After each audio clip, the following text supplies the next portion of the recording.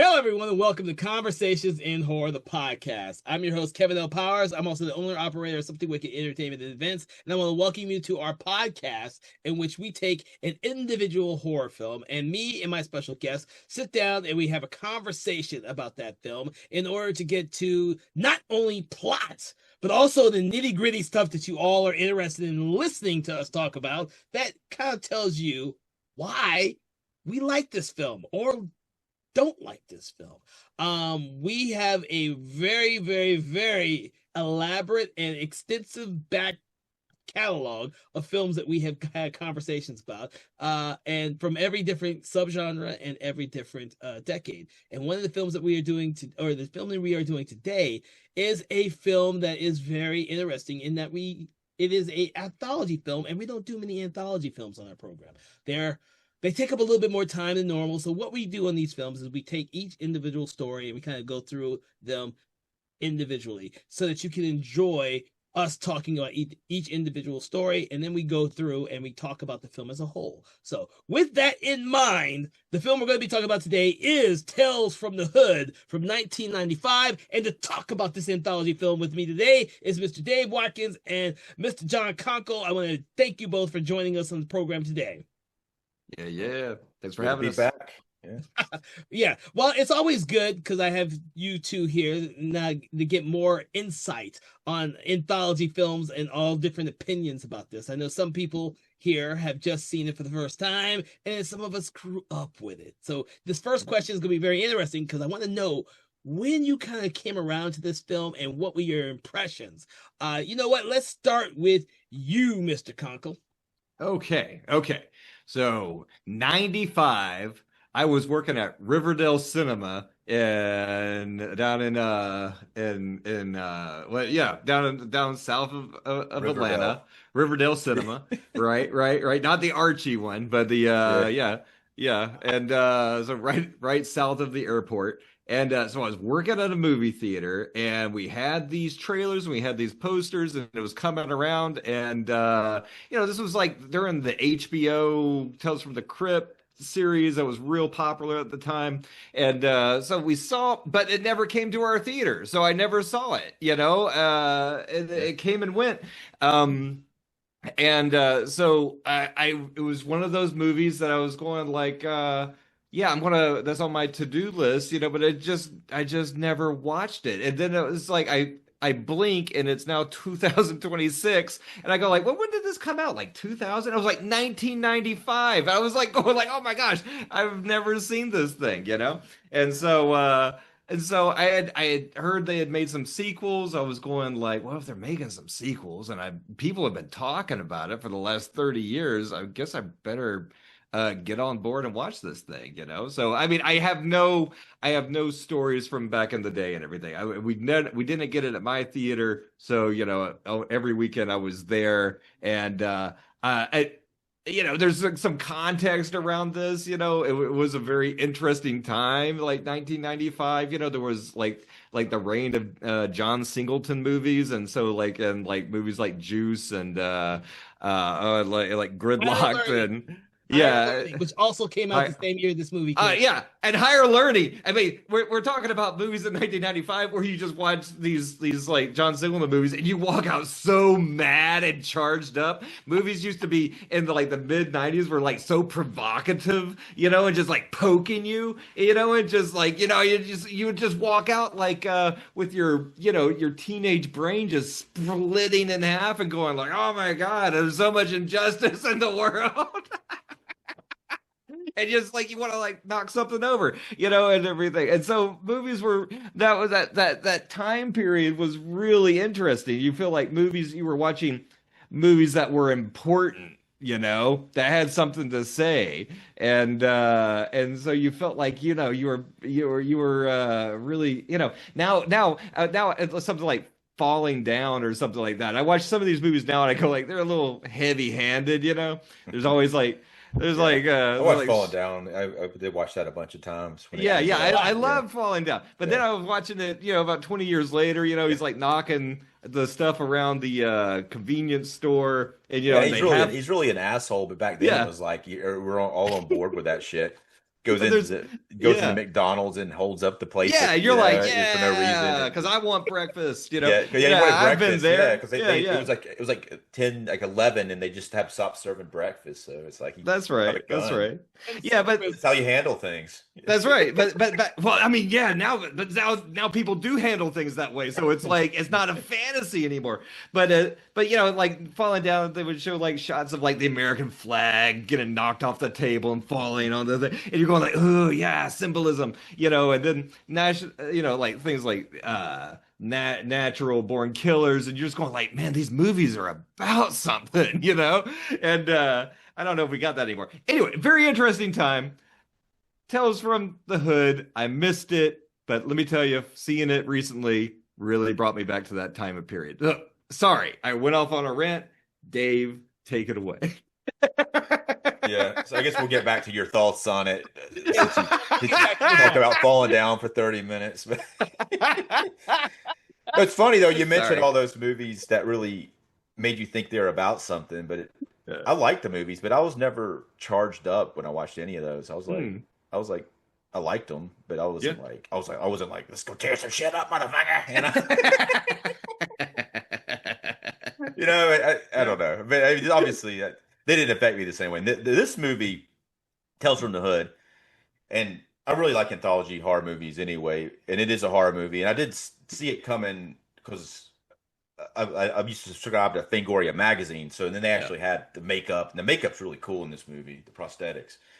But yeah, I saw it. I didn't see it at the theater. I saw it when it came out on. I think I rented it from Blockbuster, but had a good time with it. I thought it was, there are some parts that are clearly lifted from similar horror films, but I think they do have some, some social commentary in these that was new to this genre. It also has some pretty good dialogue. This was a year after Pulp Fiction, so they were some of the dialogue seems a little Pulp Fiction-y to me. It's some of the performances, especially like Clarence Williams III and Corbin Bernsen, are really awesome. But they're over the top and they're funny. It kind of like a Pulp Fiction performance, but they really stand out. And so I had a good time with it. And I didn't take it too serious, even though it was dealing with serious matters. Sure, just a good time. Yeah. A good time, but because the social commentary and the issues are there, but they handle it in a fun way without being heavy-handed with it and preaching about it, so that and plus they're very short. Each one of the segments is too short, really, except for the last one, which could have been shorter in my taste. But I won't disagree with you on that. Any other thoughts before I tell you my story, which will kind of lead into both of y'all's? All right. Okay. Yeah, go for it. Yeah. Okay, John might want to talk about. I don't know. I've got some more things to say about falling down, but it can wait. It can wait. You go ahead. I can say that I did see this at the theater, and at the time, because it was my last year of high school, and with all my friends, that we went to the movies all the time. We saw Pulp Fiction at the theater. We saw Demon Knight, which came out at the same year as this did. Yeah, I saw both of those other ones at the theater. We saw Higher Learning at the theater, right? I saw Natural Born Killers at the theater. I even saw Menace to Society in the theater 2 years early into this. My generation, me and you, Conkle, I can't remember if Dave is our same generation or not. But I was watching all those at the theater. I actually seen Menace to Society way too many times. Yeah. My brother used to love that movie. We taped it. We just would watch it a bunch of times, quote it and shit. So this film had me and my friends all charged up. This movie, that year, the Demon Knight and this came out, we thought was we were ending our high school year with the greatest cinema there was, because they were talking about shit that made sense to us. And so this film has always stayed with me because of that, and the same with Higher Learning, and same with Demon Knight, which we've already done an episode on. So you can listen to my opinions on Demon Knight on that. Those type of movies, which I, growing up, had not seen a lot of African Americans in. We were charged up to see this because my friends, even though they were not horror fans, my friends were not. I was the horror fan. I had to kind of get them into horror. Right. They would rather go see Higher Learning and Pulp Fiction and Menace to Society, and I would be the one that says, "Okay, we gotta go see Demon Knight. Okay, we gotta go see." Yeah. So same here, Kevin. My friends were into action movies, and I had to say, "Let's go see The Dark Half." Yeah, you know. But they were pissed after that, weren't they? Yeah, they were like, "You're not choosing the movies anymore, dude. You're not choosing the movies." So with this film, it was like a shell shock to a lot of my friends because they weren't like anthology people. Like we don't see anthology movies in other types of genre as much as we do the horror genre. So they weren't like, it was kind of odd. I think Pulp Fiction was probably their first experience with seeing a fucking anthology film, to be honest with you. Right. And they didn't even realize they were watching one at the time. Nah, they didn't realize that because I saw Pulp Fiction first by myself. And then I took all my friends to go see Pulp Fiction. That's not. I read about that, and I had seen Reservoir Dogs, and I was like, "Oh, this got great shit! I gotta bring all my friends to come see this." Yeah. So with this movie, I hate to admit it, but a lot of my friends were like, "That's right, motherfucker!" Oh, they were screaming at the screen. It was crazy. I was like, I'm sitting there. Okay, guys, this is a great movie, but you shouldn't be screaming at the screen. You're gonna think crazy up in here, and I just want to watch a scary movie. Yeah. But you should have went to see it by yourself instead. I really should have. But I had like 7 of us. There's 7 of us, dude. We were sneaking in the movies back then. I'd pay, we'd sneak them in. It was like that. I mean, it's good. I mean, that's a good sign about the movie, though, that people are affected by the stuff that happens. Which that's the way this movie is designed for those type of reactions, really. It is, but it plays it so well with multiple different ideals. There's a lot of different types of bad people in this film. It's not just like there are some that's racially motivated, but there's some that's not. Like the David Allen Greer character. That's just a mean bastard of a character. It wasn't just the White Devil. No, it wasn't. They had all sorts of what I like about it is there is the social commentary, and when the movie plays best, the social commentary is always draped in so much pulp and comic book colors and fun that it doesn't become preachy. Doesn't feel preachy. You feel the context that they're making a fun comic book Tales from the Crypt type movie about these subjects, and these subjects are messed up, and they're real subjects, but the genre conventions come first. It actually is. When you say Tales from the Crypt, it's actually the Amicus film, the original Tales from the Crypt. It really borrows heavily from that with the way it's structured, because that's the way that movie starts out, with these people walking into a crypt and talking with a guy who ends up surprisingly at the end being Death. But I like the fact that this has a very EC Comics type of feeling. That's it. That's it. That's why I think it works. This first film in the trilogy works so well. It feels like an EC Comics all the way through. And So I mean, and the Creep Show is a really good anthology. It kind of feels a lot like that too. Yep. No, it's these. I think it was pretty why they've been able to make 3 movies. The germ of the idea of a Tales from the Hood movie, of taking these social problems with racism and such, and then dressing that, not making it like a CNN kind of thing where it's so serious, and so and so heavy, but taking it and actually, making an EC comic morality tale out of it, is like a really nice way to kind of tell that story and get your point across without it being, heavy-handed. Yes, exactly. Yeah, that's why I like that. That's why I love so much about the EC Comics is they can put those social commentary ideals in the story, but it never forgets that it's a fucking horror story. It's a horror story first. The goods. It has to deliver the goods. A horror story first. I mean, it gives you whatchamacallit. It's these morality tales are like basically wish fulfillment, because as you in life, the bad guys get away, and injustice just sort of builds over time and over time and over time. And then, there's no like nice little bow in it, but it's the nice feeling. These movies are wish fulfillment of, a supernatural force rebalancing the scales, and that just feels good in a story to see that, because you don't get that in life, No.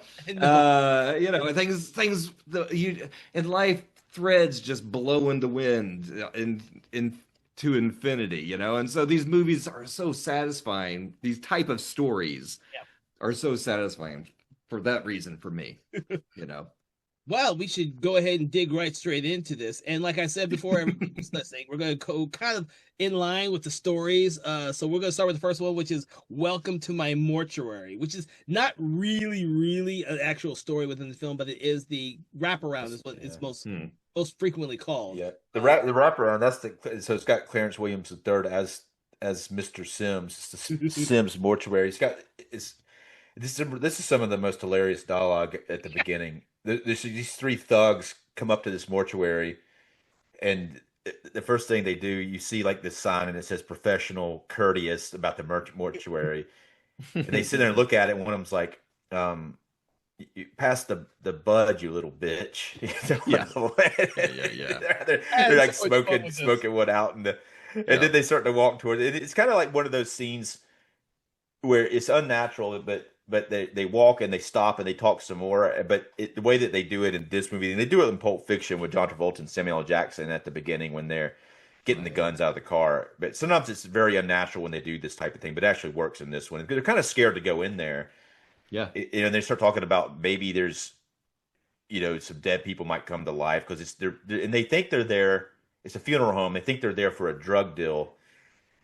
And at one point, one of them says, you got your gat. If some dead motherfucker comes fucking with me, you kill his ass. You understand me? And it's kind of a joke. He's like, "How am I supposed to kill something that's already dead, man? Right.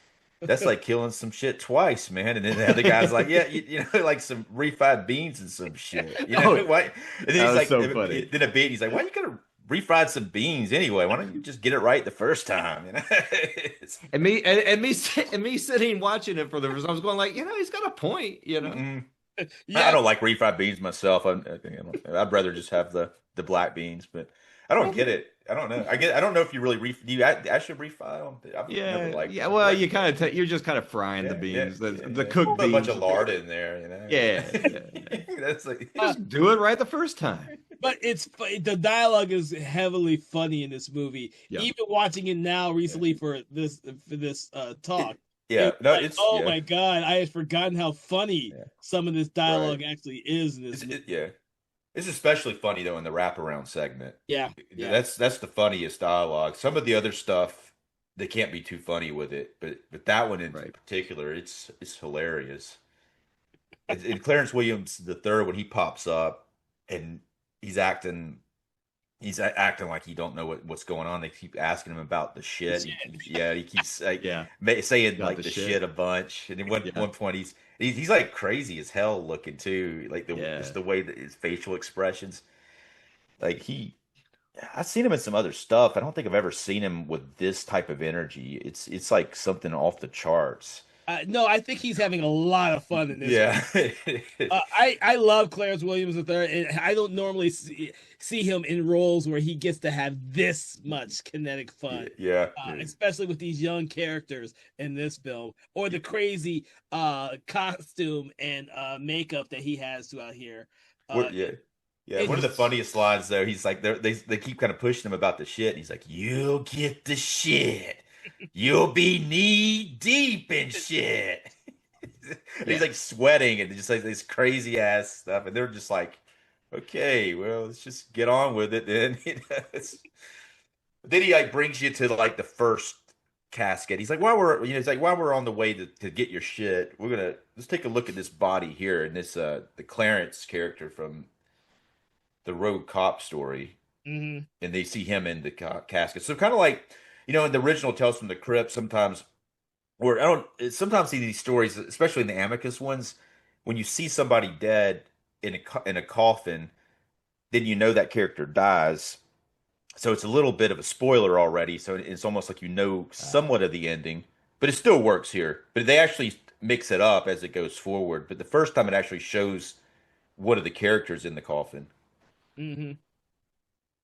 Well, and then from there it goes into the first actual story in the film, the first segment. Let me look for the name of that one. I almost It's forgot. the Road Cop Road Cop Revelation. Road Cop Yeah. Revelation. Where this rookie cop is being taken on the streets, so so to speak, by his so-called trainer or fellow officer. And Just to set it straight, though, the rookie cop is black, a young black dude, and everyone else is white. All the other cops, one of them looks like he's Hispanic or something, but the main two they're pretty white. Yeah, and this is the segment that has Wings Hauser in there when he was still relatively known in the early '90s to mid '90s before B movie, yeah. B movie action.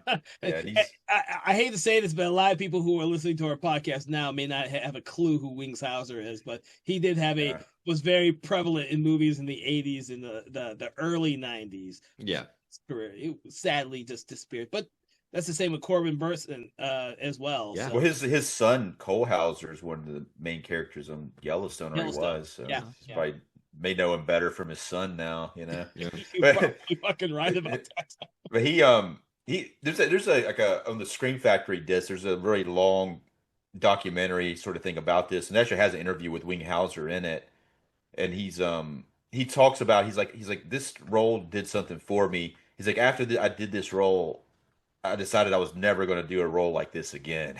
But he said he's like, I love working with everybody involved with the production, but just that type of character, he's like, I just decided I wasn't going to do it anymore.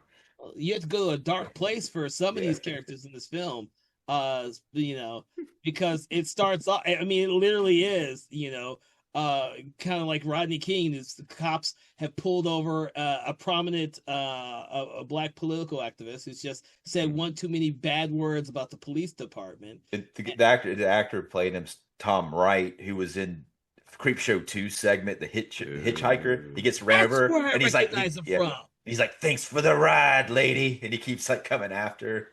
Man, when I realized that, when I read that bit, I was going like, no way. That is awesome. Yeah.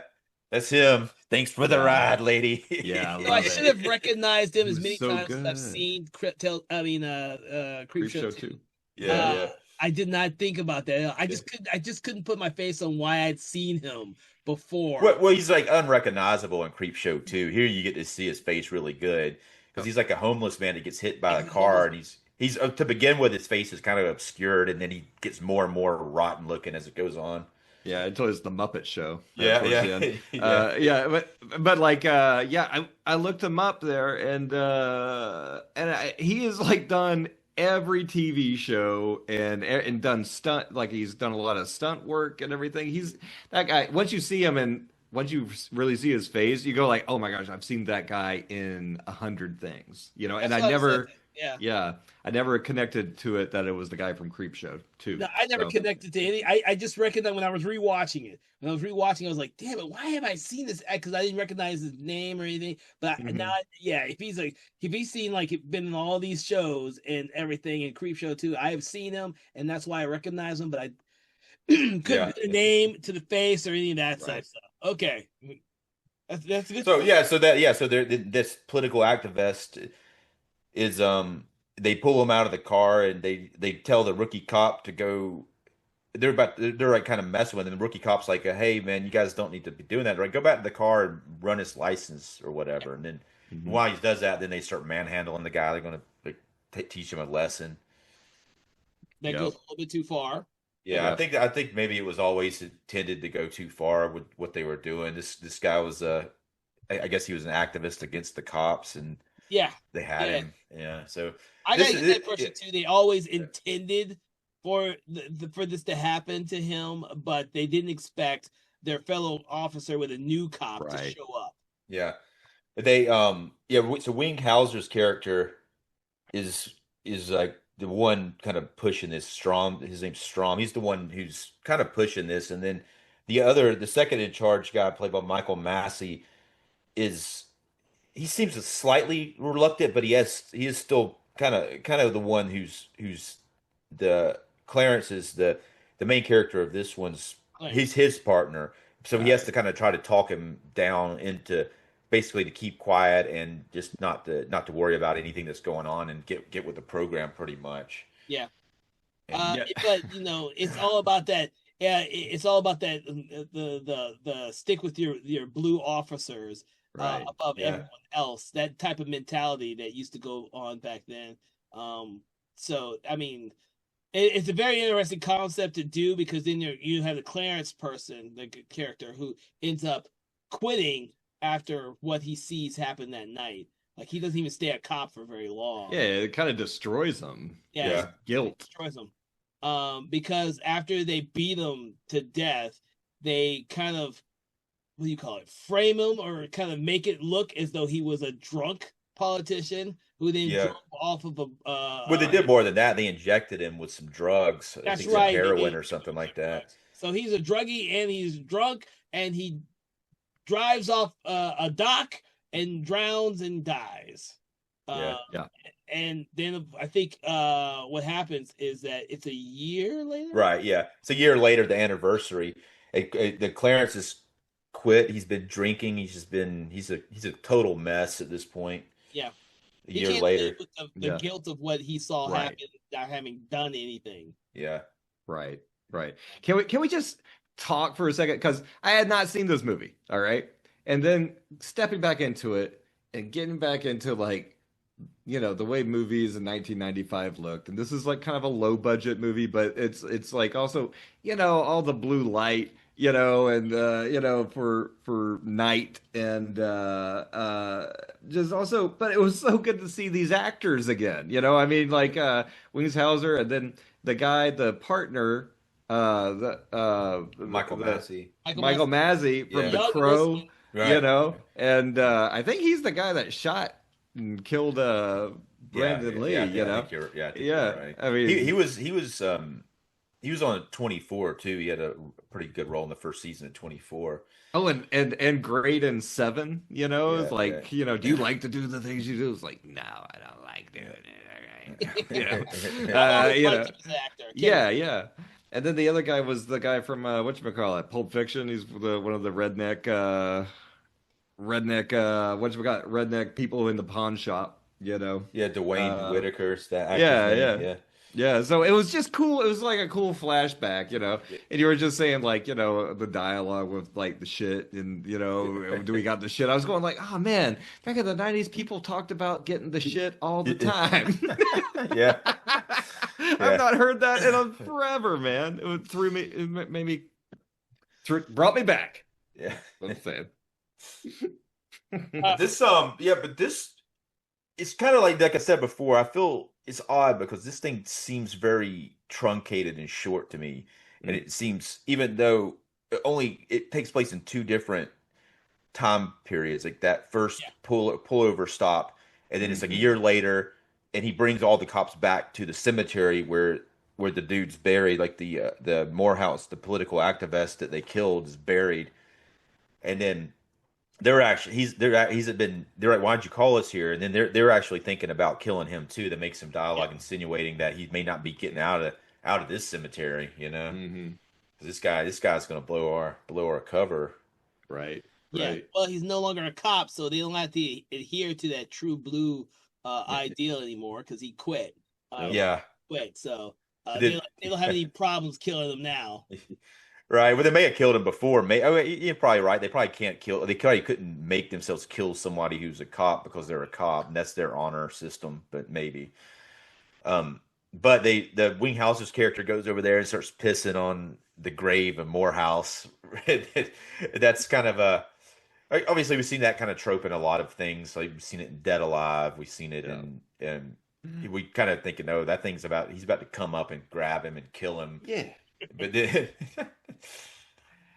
all right. So while the officers are pissing on the grave, the Billy character comes over there, the Billy officer, and then that's when he comes up out of the grave and rips his heart out, and then he's standing over him with the beating heart, and it's a pretty cool practical special effect.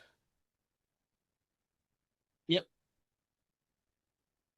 Yo, But you have something to say there, Conkle? Yeah. No, my kid was telling me about the super evolved spider and everything that was going to like get him at night. I was like, no, I don't think he's going to get you, man. He's yeah, going to be let's hope okay. not. Let's hope Yeah, not. right. It's going to be all right. Hopefully he's not onto something. Yeah, that's right. Yeah, exactly. If a giant spider gets me, you guys know what I was warned. So the guy got his okay. The heart ripped out. Who got the heart ripped out? So the Yeah. officer who's peeing on the grave now, he's kind of forced to pee on the grave by the Wing Hauser's Oh. character. Strong. And you know what? I love it.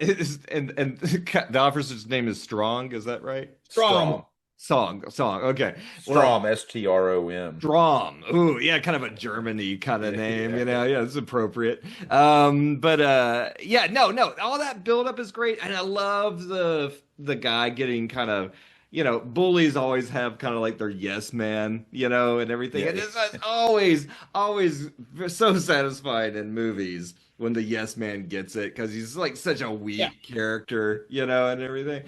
So but all that build up is just like so good. When he gets pulled into the grave and swallowed up, I'm just like, oh my God, and then the guy comes out and he's holding the beating heart, right? Yep. Right. Yeah, he stakes out the dude's heart, Great. which you're expecting him to rip off his dick, and Yeah. they typically do when somebody's peeing on a grave, but Sure. but Well, luckily, I mean, it grabs yeah, him. yeah. He does. I gets mean, him. here he does the heart, which is nice because we've seen the other thing a bunch of times, and we were expecting it. We weren't expecting him to rip out the dude's heart. And the other cops run. Yeah. They leave Clarence. They get in their car, and that's when unexpectedly Wing Hauser's character gets killed. He comes through the roof and takes off his head. Yeah. And because again, that's like a scheduling thing. But that's always seemed jarring to me that he got killed earlier than the last guy. Same here. I didn't know who Michael Massey was back then. I knew who Wings Hauser was, so I was always thinking that he was going to be the last one to die. But too, because he's such a strong antagonist too. Yeah. He's definitely the one in charge.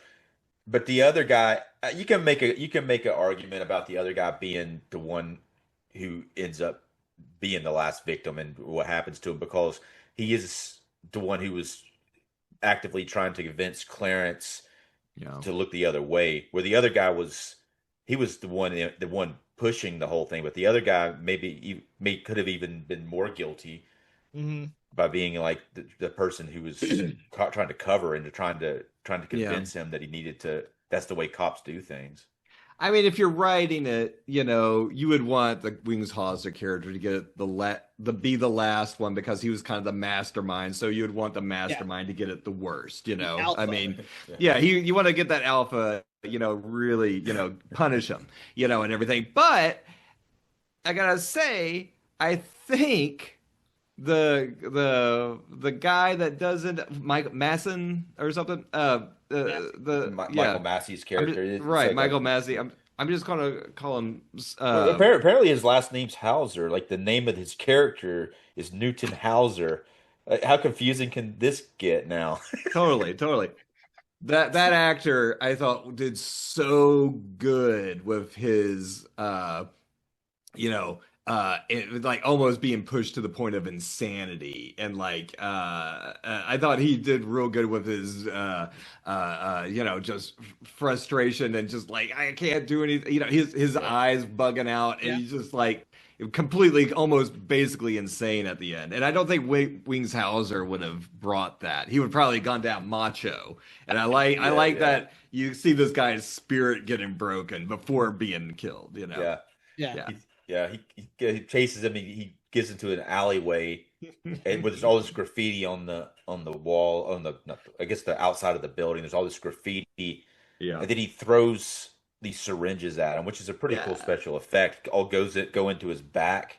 Yeah, and then he goes into the wall, and he turns into graffiti, so he's there permanently. So yeah. Well, I mean, this is like, yeah, you go runs into like a drug addict's alley, and so there's just syringes everywhere, and so that's what's kind of cool. Yeah. That's what I'm saying is like there's the social commentary there, but it's like it's all part of the scenery. And Yes. and he looks cool too. The Morehouse character looks pretty cool. Like when he's this Zombie. undead zombie. Yeah, he looks Yeah, great. yeah, He He's also looks- got a lot of anger in him too. yeah, Yeah. yeah. It's, yeah. yeah, because for me, the ending is kind of like it's what the fuck because Yeah. Clarence ends up going into this mental hospital being Yeah. blamed for all the Yeah. murders. Yeah. Damn. Yeah. Yeah. And somehow, and Love I guess that. like in a short period of time, maybe a year or two, he died in there because he's pretty young in the coffin. Yeah. Oh. Yeah, so it Yeah, wasn't like yeah. that long after that. He died from that. Yeah, yeah. I gotta tell you how much I loved him getting crucified on the wall, and I just loved him running and then seeing the big mural and going like ah, Yeah. But when he gets crucified on the wall and there's that 90s morph effect of him turning into dude, I was so happy, man. I was so happy. I was so like golf clap, bravo. That effect was so overused back in the 90s, but It was. you It know, was. Yeah.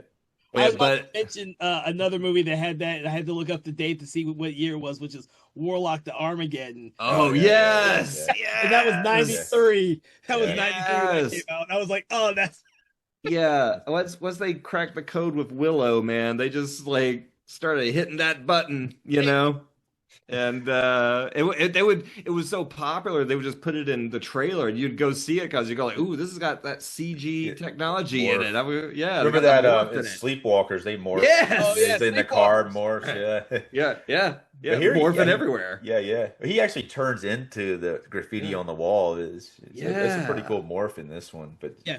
it's brief. That real quick before we talk about the second one, so the budget of this movie was $6 million. How much you guys think it made? Want to take a guess? I have no idea. I didn't track. I think Well, I think it's interesting that he said that the theater, John's, it did not come to his theater, so they did not play it on all the damn screens. Mm-hmm. But I will tell you, it did make money. You guys want to guess, or let me just tell you? Let's say about 31. I was going to say 20. 11.8 is what it ended up being. Oh, But still, though, this is a low budget Double. movie, 6 million. Yeah. It made about double. So I mean, it Yeah. did okay. It didn't do great. I think if they had it on more screens, Yeah. maybe it would have done better because you were going to see it. Or other people probably would have seen it. It kind of got shafted, apparently. Yeah. I have to admit that the theater I saw that was one of the more recent 24 screen theaters. I remember AMC South Lake Pavilion 24. Dude, I snuck in that theater so much in the 90s when I was in high school, dude. I saw so yeah. many movies there. Yeah, Yeah. that's I've why seen that's so why this many thing didn't make any money because you're snuck in there. Oh no, I guarantee You snuck in 7 people. Dude, I can guarantee you it was just me, probably me and one of us paid to go in, and then the rest of us went to the side door and just let the other 5 of the friends in. It was like, You know what? I mean, that's how things worked, but it is kind of messed up because you're buying a ticket for one movie, and then the people, they have no idea how many people really watched the movie because half the people probably didn't even pay for the ticket. nah. This is before pirating, This is Yeah. before everybody watches everything for free, and so even though Kevin brought in his friends, it's not like Hostel 2 being like completely downloaded 40 million times before the movie comes out. And plus, unless we went to go sneak in movies for a second or third movie, because we did that a lot too. Oh, we yeah. see 2 movies in the same day. We just make a whole day out of that shit, dude. Yeah. but- So, sorry, Yeah. AMC 24 South Lake. You guys were like Man. it fit me in my childhood. Yeah, don't worry, they're out of business now because Oh, they they- weren't selling enough tickets. 'Cause God. All right. Going to the next story. So we go back to the mortuary. And Yeah, go back to the mortuary before we- this time that when they come to the coffin, they don't show the coffin yet No. until after it, which is a reason for that. Yeah. Um, and then it goes. This one's actually really good. This was really good. Yeah, I Yeah, really, it's not funny like the other ones are. Right. oh no. Surprisingly, it has David Allen Greer in it, who's known at the time from In Living Color as being Mhm. hilarious, and he's Mhm. playing a character that's not funny in the least bit. So it was a very, very awesome performance by him. Oh yeah, Definitely. no, no. Unexpected too. I always wish that he did more performances that were serious like this because he grew out all the facial hair and everything. It was Yeah. a much more restrained and serious performance in this film, which but Yeah, it he's reminds an me a underrated lot. actor though in general. He Yeah. is definitely an underrated actor. Absolutely. He's definitely underrated. But But here it though, reminds yeah, well, the main character of this one, who is a Walter. school teacher, he's actually the director of the film. Oh. Yeah, yeah, yeah. But he does a pretty good job. He has Yeah. some swagger going with his character. Mhm. So Yeah, but yeah, he's yeah. yeah. It's so But- the kids in class, and he's seeing abuse symptoms. The kids drawing pictures of monsters, and the teacher's starting to suspect something's going on at home, and he kind of takes it upon himself to look into it. Mhm. Which the way he does it for story purposes is a little dangerous for everybody because he should have went there with somebody else, like another Yeah. teacher with him, like a principal or another teacher, some other administrator, but he goes there by himself. So I Yeah. don't- it was- I yeah. when I was rewatching this, I thought about that too. I was wondering, was this something that teachers did in the 90s? Yeah. Yeah. I was going, this is very It's something leaving that him would very not- exposed, you Yeah, know. so this would never happen now at all. Yeah, Nowhere yeah. near no teacher would even go 5-10 feet within a student's fucking house in this day and age. yeah, I mean, But- he could be like he could be like accused of molesting the kid, Yeah. It's or like, you know, yeah. it's But like- in the 90s, I was trying to remember. I was trying to think of that much more innocent time in the 90s. Yeah. Uh, But yeah, I mean, I never thought about it when I was watching the movie the first time, but I was a lot younger at the time. You just don't think, back then you didn't think about stuff like I that. definitely But didn't. Yeah. But But this time I'm thinking, yeah, this teacher's a little overstepping his bounds. He's doing this. He's got good intentions, but he's doing it the wrong way. Yeah. Yeah. Yeah. Well, also if it was something that would never be done in the 90s, it's obviously done for budgetary reasons. Yeah. Oh, yeah. sure. Story. Yeah. I mean, but you think, Yeah, let's make this about the bureaucracy of like reporting child abuse within the thing, and then he's got to talk to this person, and then this person, and this person, and then But this. I mean, it could have been just as easy as him coming there with somebody else. You could have established the other person in the other scene, and he just shows up with like another, like a woman or something, like another teacher from the an school. HR person. Yeah, HR person. Yeah, I mean, that would have been as easy to do as that, and then you'd have another potential victim in the house, maybe. That's I, true. yeah. Well, you mentioned something that I do want to take a note of. This is the only story that never comes off as being funny. Yeah, I think it's because of the subject matter that it. Well, I agree with you on part of that. I think the last one is not intended to be funny either. Only the wraparound in the other two stories are. So there's two serious ones in this. Well, the last one, yeah, the one that goes on for too long. Yeah, the Clockwork Orange ripoff, or the Owl Creek Bridge, Occurrence Owl Creek Bridge ripoff sort of thing. So, Yeah. Well, in this one, because it's a lot of it's told from the point of view of Walter, the young child who's being the subject of the abuse. It's a very there's a lot of ideals in this. Besides the monster, which in theory could also be a real monster. In this type of a movie, it's not. It's more of a human monster. They could have done this in so many ways. But I like the fact that they did a more serious take on it because you don't see David Allen Greer for a while in this story. He's about halfway through it. We see him. Through. Again, this is like, I feel like the first one and this one are too short, and I feel like the next two are fine. The next one's fine, and then the last one is too long. Yeah. But this one definitely seems like it could have used a little extra of time with these characters.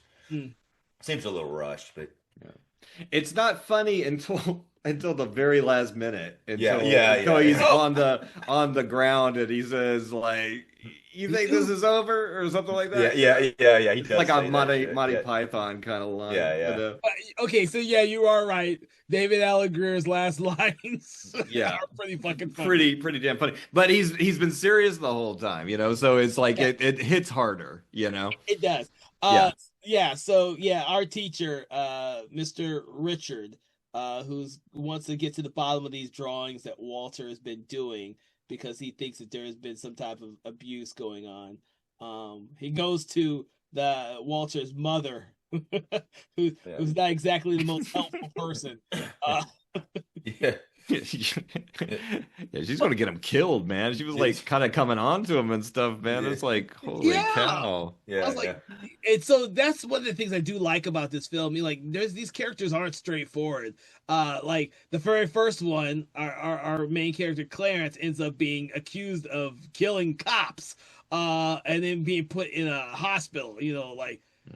Dude, he couldn't find someone else to pin this shit on. And in this one, obviously, his mother is like someone who's being abused, but coming on the Richard character, like, damn, yeah.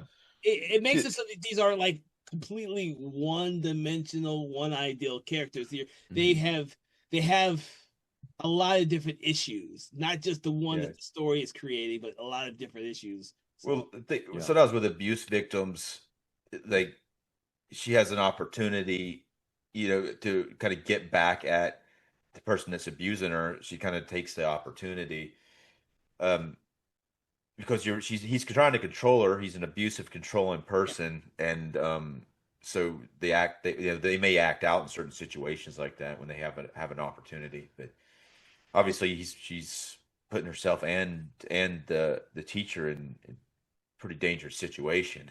Yeah. Well, I think she's probably just starved for like a little compassion. I mean, David Alan Greer is like a total monster, literally, and she's just like, oh my gosh, like somebody's being, not a dick to me for 1 minute and kind of like showing some concern for my situation, so, she's just, maybe a little appreciative,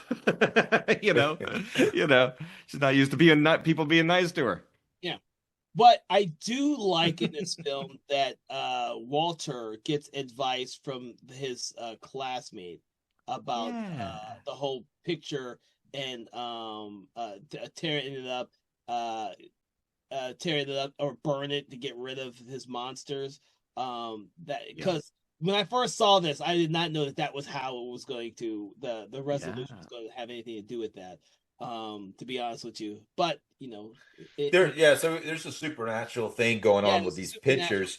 It does seem at one point there may be some supernatural stuff going on with the stepfather, after he finds out that he's been snitching to the school guy. He comes into his room and there's like a cool shot where you see a shadow on the wall that looks like a demon, right? And then he heard a demonic voice and it steps in, and then it's actually David Alan Grier, the stepdad character, who isn't a demon. I guess the kid's envisioning him as a demon. The kid has some kind of a shining type of ability, or kind of like Walt on Lost, something like that. Right. So he's that's where they got Walter from. Yeah. Walt came from Walter here. Yeah. I didn't even saw that until you mentioned it. It's absolutely, that's really cool. They're fans. Yeah.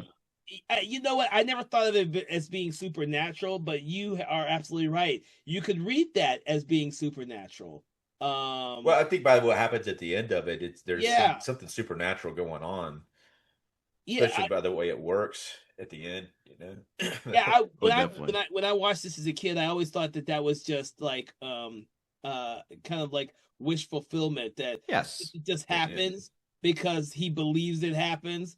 But since that's not ever really set up, I can see why you can see it as supernatural, because like I said, like you said, he sees the shadow of the demon first before, or the audience, and he sees the shadow of the demon first before it's revealed that it's David Alan Grier, and then that the resolution with whatever happens at the end. But also with the fact that the other student tells him the how to get rid of monsters. Like this is a child's power to do to get rid of monsters. Kind of like that movie Frailty, where they see demons and then they have to kill them. sort of thing, where they seem to be the demons that they see are not really demons in the movie. They're actually just people like this stepdad, Yeah. who need to be killed. Yeah. Interesting. Yeah. Well, no, it's interesting because I like the ending to this one because Richard thinks he's going to be helpful, but then he gets his ass whooped. Yeah, yeah, Yeah. yeah. I'm like, damn, Richard, you're kind of useless. Yeah.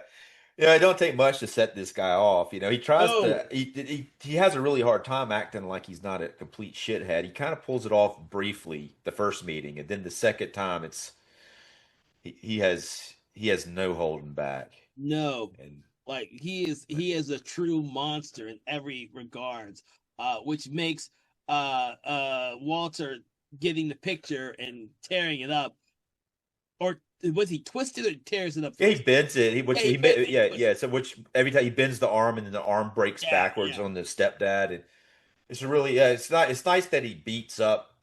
That he beats the teacher up because it gives Walter like the hero moment Yes, of yes. stopping him. Mm-hmm. So which was needed for But it. it's cool that we actually get to see David Allen Greer does that shot of David Allen Greer doing like that whole twist thing. Yeah, Yeah. And like, damn, yeah. you get that holy shit moment. And then, of course, when we see the big reveal of what he looks like afterwards. Yeah. And do you have the line that he says? John, you said it a few minutes ago. What it was like, you think this shit is over or something Yeah, like that? yeah. But this shit ain't over. Yeah. Yeah. I had forgotten that line, but the funny thing is, it's so fucking hilarious that David Allen Greer is saying that as he's a twisted pile of body parts on the floor.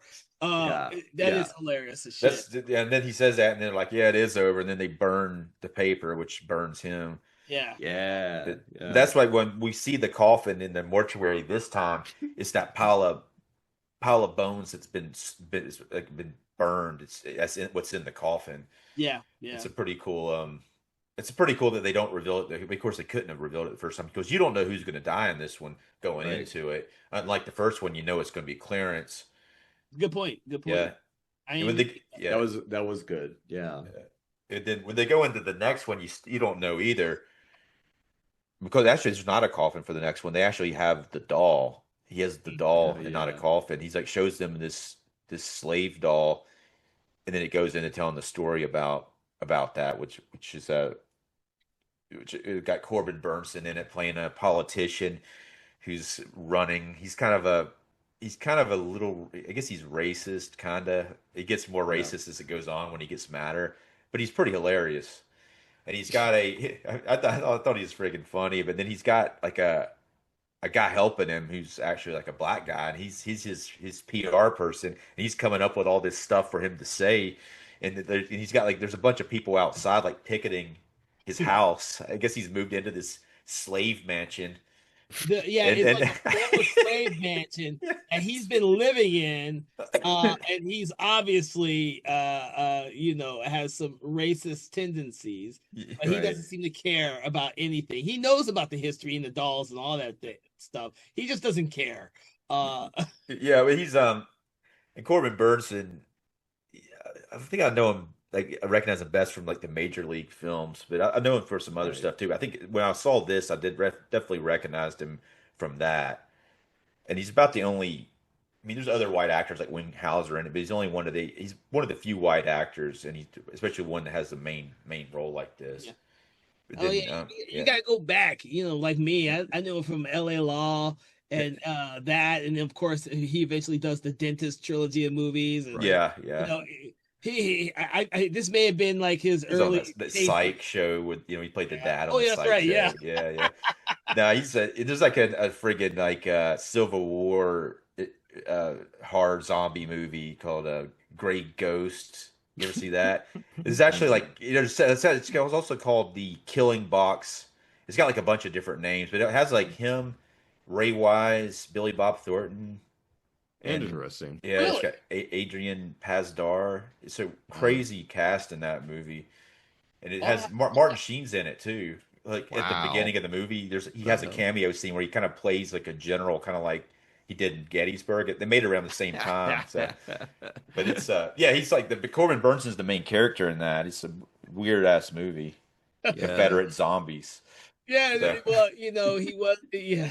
Yeah, if you ever saw LA Law, he was like the bad guy that you loved that he was bad, I guess is the best way to put it. And so he's so at home in this role. Except this role is really extreme. I kind of say that he's like Clarence Williams the third, is that he has a lot of fun with this because it's so outside what he's reading or normally associated with him being in. Yeah, he has an interview on the disc too.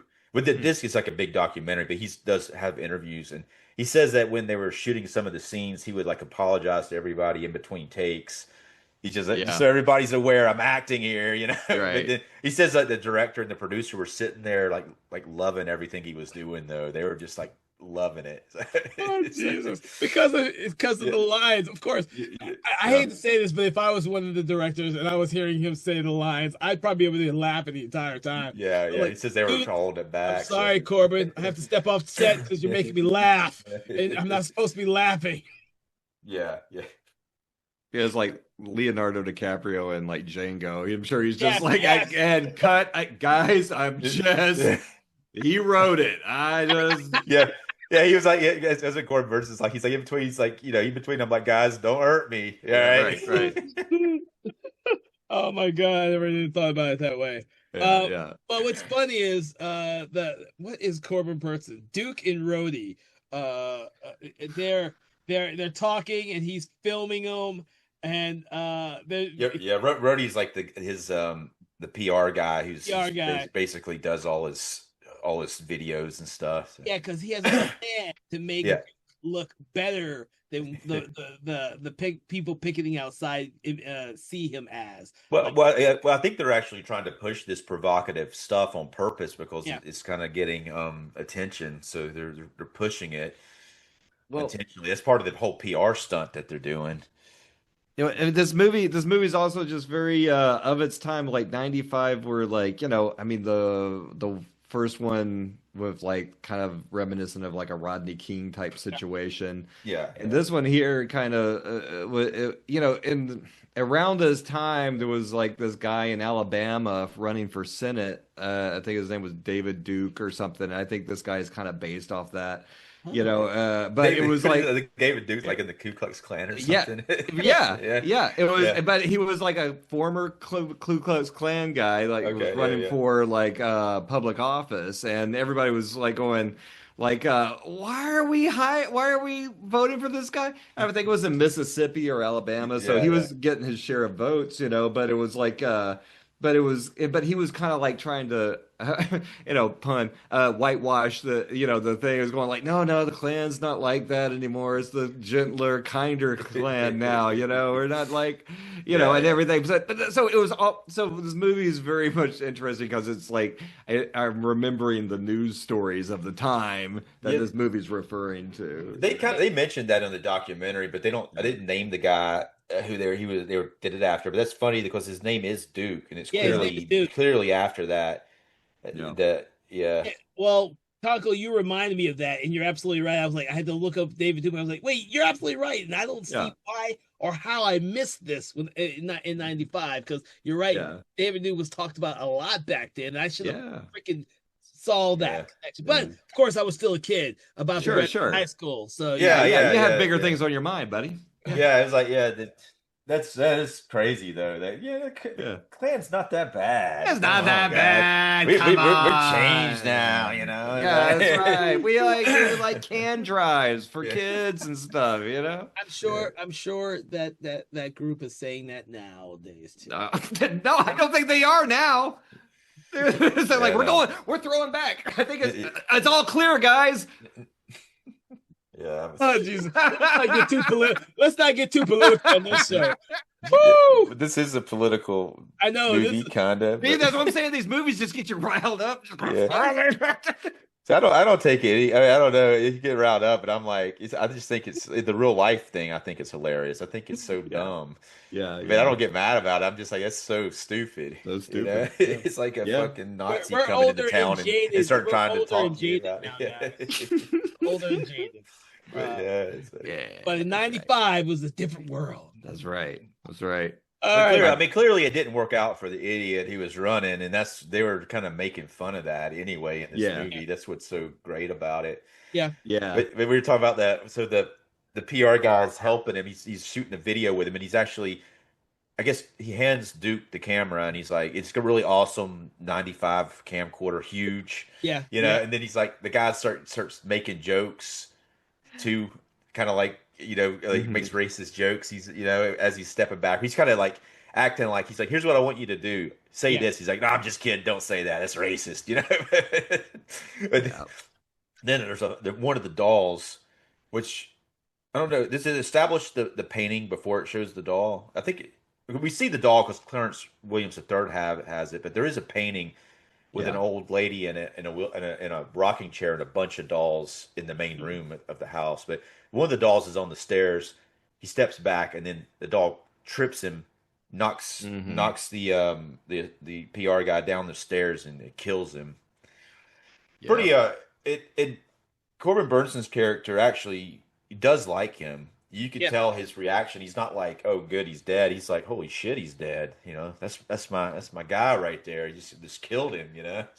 Yeah. Well, Well, it's interesting that then he goes to the guy's funeral, which you're not like you kind of. I've always wondered why they kind of had that whole sequence in there, other than to show that there's a doll that shows up, But because it gives the protesters another chance to show up. Like Art Evans is one of the protesters and gives him another scene. no, yeah, you're right. is he the wild guy? Yeah, Yeah. he's in a bunch of stuff. He's in a bunch of stuff. That guy he's is usually a in a smaller lot. character, but I liked him. I always thought he has a good presence. Very Does. very No. recognizable. Yeah, I like him in this. Yeah. Well, Yeah. him tripping on the doll, that's very throwback to these killer doll movies, but the famous one one of the famous ones is the whatchamacallit, Trilogy of Terror is what you're thinking about, I'm sure. Well, that's definitely one that this movie cites, but him tripping on the doll and falling down the steps, that's what happens to Telly Savalas in the Twilight Zone episode. Okay, yeah. Yeah, like Sinful Cindy or Mean Cindy or something like that.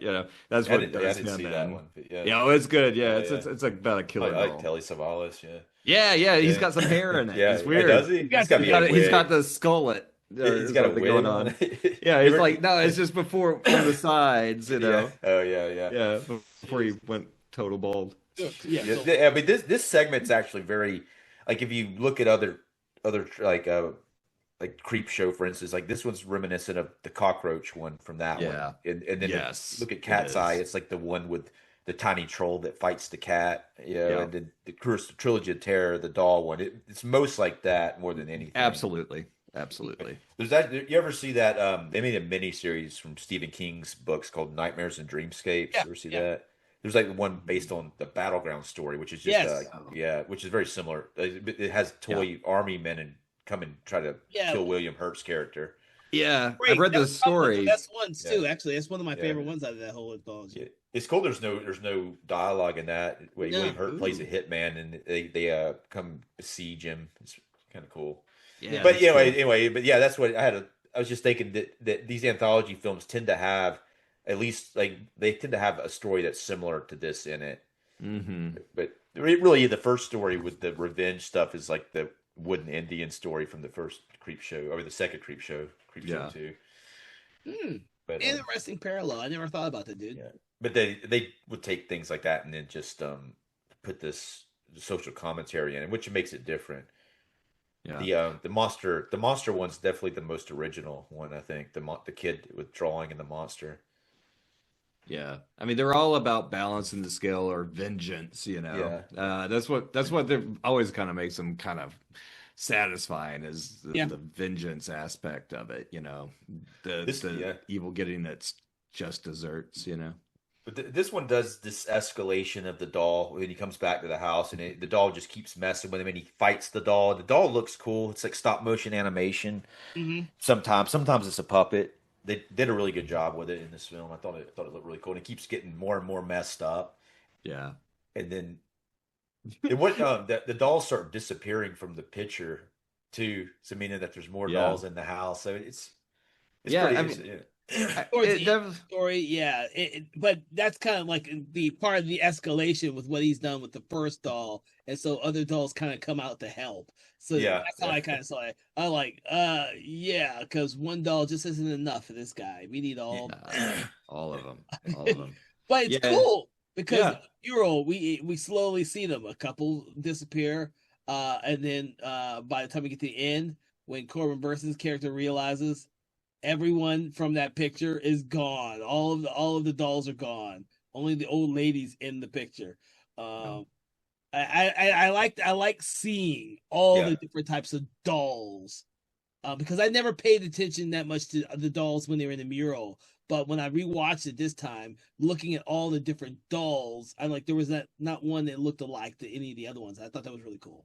Yeah, they said that the way that they made the dolls is they all have the same body, but they put different clothes on them and they put a different face. They molded different faces for. They said they've had about 10 different faces for the first doll, the main one, Oh, that they kept changing throughout because he had have different expressions and stuff.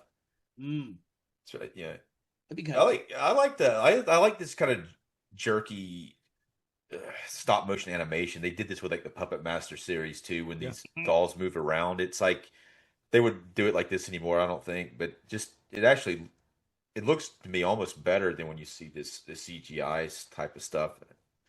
Even though Yeah. it looks fake, but I have a better appreciation for Yeah. it. What they say? It's like practical looks fake, feels real, and CG looks real and feels fake. Yeah, right, yeah. That's an interesting quote. It's a Yeah. quote. I never Well, you heard- know, like because a doll like that can't move by itself, and like they always go too far when they use CGI. They always make it do something Like that it couldn't Yoda. even do. Yeah, like Yoda, like yeah, which yeah, Spin kick Yoda. yeah. Yoda is pretty badass in the prequels, but he like all of a Yeah. sudden out of nowhere it's just like Yeah, they just could never do that with the puppet, so they would just No. make him go like this, you know. yeah, yeah, But now we can make him do anything, so let's make him do everything, you know? yeah. Oh my god. Yeah. Yeah. No, it's real charming to see those those stop motion puppets gathering around them, and the wide shot. It only lasts a second because that was a pain. Yeah. But you see them all kind of gearing up. And I'm going into. Yeah, this is like Trilogy of Terror. This is like Charles Band, just like being, going like, I should have thought of this. Then I think he probably did later, like Murder Dolls or stuff like that. I mean, like a more of a black centric version of Puppet Master. I'm sure he's done it, I just can't remember the title of it. Yeah, I yeah. This one's got Yeah. Uh, What this reminded me of? You remember Spike Lee produced this? Do you remember back in the 90s, Spike Lee had those series of commercials where it was like a marionette Spike Lee talking about selling brisk tea or something like that, and it was like he would come out and like, "Hey, this is Spike Lee" or something like that. But it was like doll, and I was going like, "Is that why they're doing?" I don't know. I think I didn't see that, man. That's Yeah. crazy though. Yeah, he was like That's Spike Lee was good. played by a doll and Yeah. everything, and it looked like one of these murder dolls, kind of, interesting. But they eventually get his ass. He gets it's funny like these sort of things escalate in these type of films where he get like kind of like the cockroach one in Creepshow, and he gets madder and madder, and eventually he Yeah. starts dropping like the N bomb and stuff, and A lot. yeah, yeah, and he sort of starts saying like really like hilarious stuff, I thought, but then they get him. They Yeah. yeah. And then there's that movie. There's like mid '90s cinema where he's wrapped in the American flag, Yeah. hiding behind the American flag. Going, Yeah. yeah, this means something, man. Yeah. Yeah. He's like, he's got the American flag in there and it's touched the floor, so now you got to burn it anyway. So you might Yeah. as well wrap up in it. So it's It's a pretty grody way to die, though, to be like eaten and chewed on by a bunch of little wooden shark That- teeth. That's the like, lady ugh. the lady in the rocking chair actually appears in the room too, which is a nice Yeah. touch right before that happens. So Yeah. It comes straight from the painting into the real world, and it's a good way to end it. I always thought that was a Mhm. good way to end that story. Yeah, and I'm not 100% sure on all of the different themes that they were trying to go for that ending, but it's a Mm. very interesting type of way to end the story. Well, I mean, I think that it's pretty straightforward that the dude's he's a racist. He's like they wrap him up in the flag, and it's like, he's trying to pretend like he's American or whatever, and represents America. And then That's it. I Yeah. think it's more or less for with that house and that plantation, which represents something, and it's been desecrated. yeah, Uh, but wouldn't the same thing happen with a white Ku Klux Klan or former Ku Klux Klan member's death inside that same house be a desecration as well? So it's one of those things that, and in the American flag, yeah, which is Yeah. always this film. It was a really nice touch to see that, and it's Corbin Burnson, so it's yeah. In his interview, he said that they originally ended it a little differently. They didn't show him die or the lady in the room, Hmm. and then they showed a test screening, and then they all wanted that, and so Oh yeah. they gave him some more money, and they went back and they shot like another day to get it right. So Yeah. yeah, yeah, Good. yeah, Yeah. Is it? Yeah. Yeah. I mean, for me, this is like where it kind of starts to decline a little bit. I think it's a good one, but it doesn't have like the energy I thought of like the first one or the second one. But I thought it was good. I thought it was fine. But I guess also it's such well treaded.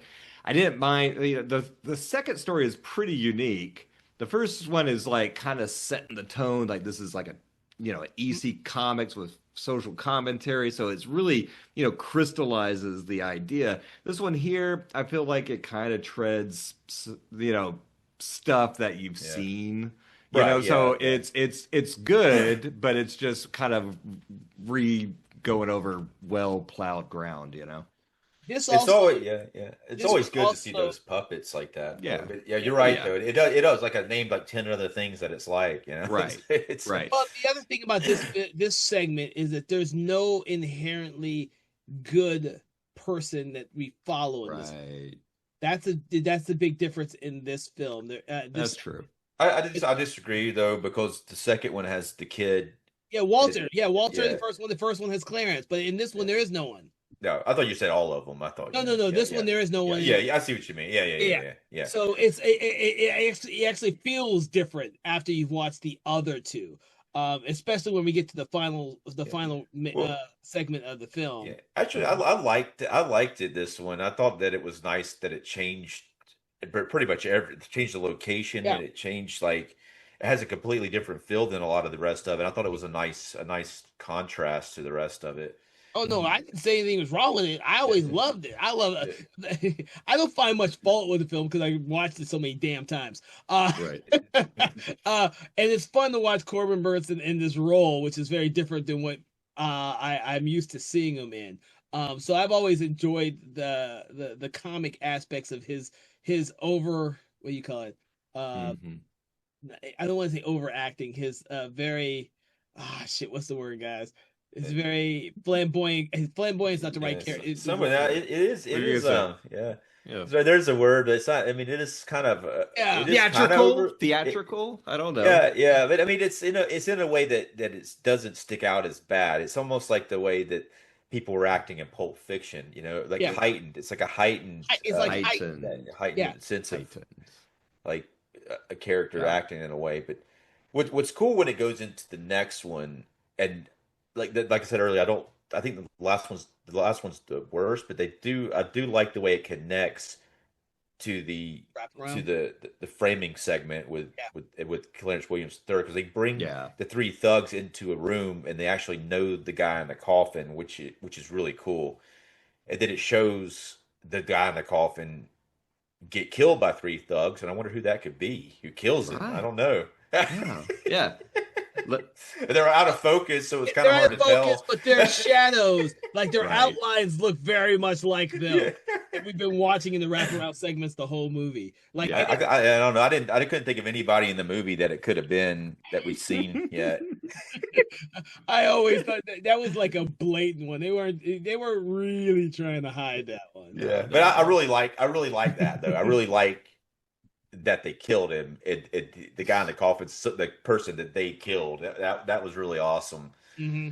And Yeah, that's cool. yeah, but this is one of those like there's that you guys read this short story occurrence at Owl Creek Bridge before, right? I know it. Yeah. So what happens in that is I think it takes place during it's some war. It might be the Civil War or Revolutionary War or something. But there's a soldier and he's outnumbered and he's about to die. And he jumps off of the Owl Creek Bridge into the water, and then he escapes and he gets out and he goes through all these adventures. And then it turns out that he died on Owl Creek Bridge. They hung him Hmm. at the end. So like It it's was like all Jacob's Ladder kind of yeah, thing. yeah. Yeah. Jacob Slatter did it too, and so does it happens a lot. I can almost always see this when it's going to happen because I'm familiar with it. At the end of Brazil, they kind of do it at the end of Brazil. Carnival of Souls. Yeah, yeah. Almost Carnival of Souls kind of based on it. Yeah, Yeah. but yeah, and I think it's a cool technique, but like I can always tell when because what almost always happens is the character gets in a situation that he couldn't survive, and then all these crazy things start to happen to him after that. So Yeah, it's amazing that Sixth Sense works as well as it does, because Yeah. that's kind of basically Yeah. that too. yeah, You yeah. know? But that But- Sixth Sense fooled me, man. Oh, yeah. I did not see that shit coming. I thought it was weird some of the scenes that were kind of camera point of view with Bruce Willis is walking around and his wife and stuff, and I was like, what is going on with this shit? But they fooled my ass. And the reason they got me in that movie is because there's that one scene where he's sitting in the room with the kid's mom, not talking to her, and it looks like he's been talking Yeah. to her. Yeah. Was like, yeah, Yeah, I mean that's basically made his career. That Yeah. that twist ending. Yeah. Basically he got yeah, yeah. it launched a ship there. So this is also like a Clockwork Orange. A Clockwork Orange Yes. doesn't do an Owl Creek Bridge, but it does do this like torture chamber stuff where they're trying to rehabilitate the guy. It seems they seem to be that seems to be what they're doing. Yes. Maybe they are. I mean, and maybe what we're seeing here in this particular thing did happen. Maybe this was like his opportunity not to die and to choose the right path, and they're giving him options. Possibly, maybe that's what's happening. Yeah. Yeah. Well, that's how I took it. Yeah. A rehabilitation type tale, because essentially not only is essentially all these young characters gangbangers that in the real world, gangbangers have complete lack of empathy towards anyone and everyone, and seeing the drive-by shooting that for us doesn't seem to make any sense whatsoever. He just sees someone that he needs to kill, and that's how it's all like. We're not told why. Right. Yeah. Like he's like recognizes his foe, and he has to turn around and he has to go and shoot them. He has to get rid of them, and that's how this all goes. And that's kind of like an ideal of most drive-bys or retaliations against rival gang members. And I like that aspect of this. I did think this one was way too long, but I think part of that's because it's trying to deal with some really heady type of concepts, unlike in more visually interesting ways. Like the other stories are told kind of straightforward. This was trying to bend some time and kind of get you to see it from different perspectives, and I think some of that is needed. But I think it does, like we've said earlier, it's a bit long, and I don't know if it would play well if they cut stuff, and then we are left wondering what the hell, how does all this connect? So I think this one more than any of the other ones is definitely trying to tell you something. Yeah. Especially when they show the clip show stuff and yes, which really I've never liked that in any movie where they've done it. I didn't like that much in A Clockwork Orange, the actual torture scene. They did it in the Asylum one of American Horror Story, but it's always kind of, even in Brazil. I mean, I like those movies and I kind of like the idea, but I don't enjoy watching the scene where they show them stuff and it goes on for a long time. Gotcha. But that's just me. But I think all of these stories I didn't time them, but I bet you every one of them was the same length. And so, but if you made this too short, then it may come off even more weird. Like the first time, the time I saw it, like I didn't remember this one like this time when I was watching it. When I was watching it, and I thought it was, I knew that the three thugs had killed the guy, but I didn't realize it went into more after that because it's like I thought maybe it's going to cut to it. The kids are going to kill him, and then they'll come back to the mortuary for the end scene. But then I was like, oh, we're going to see a whole thing about this character too, when we already know that he's dead, sort of thing. But Yeah. the actor is named Lamont Bentley, who plays the Crazy K character who goes through the rehabilitation. Rehabilitation, yeah. Yeah, he apparently in some other stuff. He has a nice look. He apparently I think he had a car crash and died in Ah. 2005, I think. Yeah, I was Oh, looking into man. it. Yeah, but yeah, he has a pretty good look though. He's a pretty good performance in this film. Man. He's definitely portraying anger and yeah, I wasn't too crazy about this one. Okay, number one, I never, I don't care about.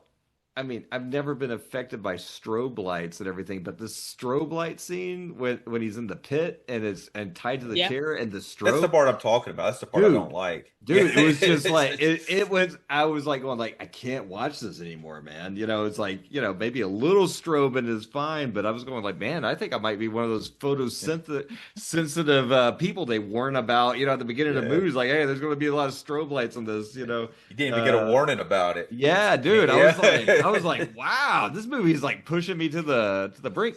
I think what I disliked about it was just again. Well, I don't think you really see the guy make any changes, or he doesn't have the Ebenezer Scrooge moment, or anything. But in the movie's just like by this point where it used to be wrapped in fun, this one is like the subtext has become the text, and so it's definitely telling you what this is about, and why this is like important. The message. So it gets a little preachy on this one. I think they kind of lost their way on it. There's a lot of stuff I'm trying to figure out. Like he's basically walking around, basically, next to naked. And I'm going like, is he supposed to be dressed like like he's on a slave ship or something? Like with the Yeah. weird cages, and is that supposed to look like a slave ship? And is that supposed to be like, like a commentary on prisons and how now they're just like it's like modern slavery? Or I was kind of, I don't know, I was grasping at something. Right. on Well, I this think one. that like you say, like he doesn't have the Ebenezer Scrooge moment. I think he's given what he needs to make that choice, but he makes the opposite Yeah, choice. opposite. And that's kind of the point of it is because Yeah. he is like a person who is into this gang violence, black on black gang violence, and they're Mhm. shooting each other, and then they're like, "There's another way. You don't have to do Mhm. this." Yep. And then he says, yeah, I'd rather pretty much die than choose another way." It's kind of Right. even though I don't think he realizes those are the real choices, but he pretty much chooses the other, like he can't let go of that because he can't His let go anger. of the anger, one whatever the other people have done to him that he wants to Right. kill. Yeah, you Which get the sense that once he gets free, he's just going to do the same thing that got him in there in the first place. Like he hasn't learned anything. Yeah, I guess he says like you don't know what kind of nightmare my life was, so I became a nightmare, Yeah. something along those lines. It's kind of interesting, but I don't know. I think there's so much strobe light and so Yeah, yeah. much kind of this beat. this is Yeah. the like it is, this one's too heavy handed. It's thought provoking, but it's not like, I mean, they're all a little different from each other, but this is definitely the most heavy handed one, or the Yeah. only heavy handed one. The other one, the message was very much wrapped In pulp. in a fun story. Yeah, in a fun story. Yeah, Right. yeah, in a pulp story. Yeah. Yeah, Yeah, this is the first one. The first story is kind of like early Romero, and the last one's kind of like later Romero. yeah. Yeah, there are some sense of ideals and concepts that may not have fully been executed right. Yeah, it just needed to be massaged a little bit more, you know. I'm sure you're thinking of Romero's. Was it Brutal? No, Bruiser. Yeah, Bruiser. Well, I'm thinking like the later, Living Dead movies, not Survival, because I don't even think he had an idea on that one. I tried to rewatch that one recently because I was going like, oh yeah, with everything being so polarized right now, is like, having a little thing where, you've got these two tribes on an island, who can't agree with how to, they have opposite views of how to deal with this problem, and this was Romero's a zombie problem. I'm going like, well, now maybe I'm ready to sit and watch this. Maybe I can absorb this one now, but I couldn't. It's watch. It's not, I will say, watch Big Country, the movie that inspired that whole movie. Oh, okay, cool. Maybe you'll have a different view of it. But I'll check it out. Yeah, sorry. But that gets us kind of out of this one. Yeah, and into like we see that him back dead he's dying on the ground, and then we're really surprised because it's the guys from the beginning of the movie that killed him. No, and we see how everything unfolds. However, it's not surprising, but I think it's awesome though. I really think it's awesome. And then it goes back in there. And then the best scene of the movie happens. Oh, yeah. Even though we knew this was going to happen too. Yeah. It's like the same thing happens in Tales from the Crypt from 1972, but in a different way. But at this point, like Clarence Williams the third's like face is dripping in sweat. Yeah, it's dripping. Yeah, it's so hot. Yeah. And then they're like flipping out on him. And they're these three guys the whole time he's just having a fun time messing with them, because he could have done this shit the whole time. He's just having a good time, and suddenly he goes, "Welcome to hell." Well, let's first give the fact that he still wants to give them the shit. Yeah. All right, and so he takes them in the final room where there's three coffins, and each one of them takes a coffin. And so, we're gonna get rich now. Right? And then they each open up the coffin, and it's themselves in it. And then Clarence Williams has this whole big thing. Yeah. And then they dust off the morph button. Pow, pow, pow, pow. Yeah. Mighty Morphin Power Rangers. Well, he's got this big fucking gap between his teeth. Yeah. And then he goes, "Welcome to hell, motherfuckers." And then a friggin' snake thing comes between his teeth. It's like an animated. It's a cartoon. I was going, oh, that's nice. Yeah. And then he turns into this friggin' devil thing. Kind of, I guess it looks a little bit like Tim Curry from The Legend. A little different, but he looks cool with some cool makeup. And then they're in hell, but it's such an awesome. I like the fact they show hell. They're all in hell. Yeah. It's like, oh damn. I will say that that was a very cool ending for me and my friends at the theater. I think we all stood up and started cheering at the end. The motherfucking ending. Yeah. I'm sure none of us said that out loud, but that's what we were feeling. Oh, you did. But he actually says it like this. He's like, "Welcome to hell." Yeah. Motherfuckers, like he got almost whispers it when he says it, but he's just. It was so great seeing that. Yeah. I love that part though. It's just so great. It's a great capper for the movie. Capper for the movie. Yeah, my kid walked in right as that was happening. He's going, "What are you watching?" Yeah. I was going. It was like an album cover. It looked like a Ozzy Osbourne, metal cover. Yeah. I mean, some of the there when that happens, when it changes from the room to hell, it is some kind of hokey like green screen like sort of thing going on, but it's 1995. It still has its charm. I'd much rather it be like that than overly computer. Absolutely. That's what's so nice about it is that would just never pass muster now.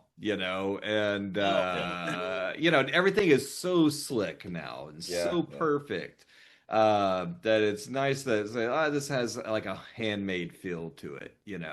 I would think because we're talking about the aesthetic of this film and we've been talking about EC Comics and everything, and I think that Romero's Creepshow got it right the best Mhm. but they Mhm. tried it with the recent creep show, and it didn't always succeed in having Yeah. that EC Comics type of feeling. Do you Like mean you this mean the show, the Creep Show show, show? yeah, the Yeah, show. The yeah. show was uneven for me, and Yeah. it didn't always have that feeling or that look that what was crafted in Mhm. Creep Show. Yeah. I still hadn't watched the show. I did buy a copy of it, like the whole thing, but I'm always like, when that happens, I'm like, I wish they'd made a movie instead of Yeah. making the show. I'm like, every time something like that happens, I'm like, make a movie instead. Yeah. You know, Well, it's Yeah. well, we're talking about this film, and the show is too sleek, too Yeah. slick. It has like too much Mhm. money behind it, so it Mhm. looks too refined. Like this Mhm. film still feels like an EC comic Mhm. because of the time period in which it was made, and they embraced that look and that aesthetic. And as much as Mhm. they tried to with the most recent Creepshow television series, they didn't always succeed. They didn't always get the humor there. They didn't go that little extra mile that Mhm. made it an EC comic. This film does feel like an EC, even that last story, which is all over the Mhm. place because we think it comes off too much like a Clockwork Orange. By the time you get to the reveal of the gangbangers, you start thinking about it. Oh well, this would fit right into the EC comic. We're doing a story about gangbangers. Oh yeah, that would fit right into the EC comic. yeah. Because in modern times would have, because these are all people who inherently are bad people and they get what's coming to them. That's what they get, and that's what you get the feeling for this movie from when you're watching it.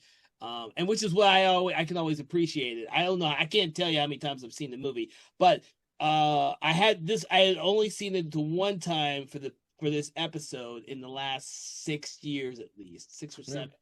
But before that, I had seen this movie a lot. Yeah. I think I've probably seen it like 5 or 6 times. Probably. Wow. Yeah. Yeah, it's been around. Yeah, it was my first time, so yeah, it was pretty good. I truly enjoyed it. There's I enjoyed some of them, more than others, but I think overall it was a really good throwback, to another time. And I thought I see how it's, endured and become a cult classic kind of thing. Yeah. Yeah. Well, I think a lot of people don't realize what it is until they actually see it. I mean, I don't know what people want from this exactly. Because if you want Creep Show, you kind of get that. But if you want some social commentary mixed with that, you get that too. So it has some weight to it.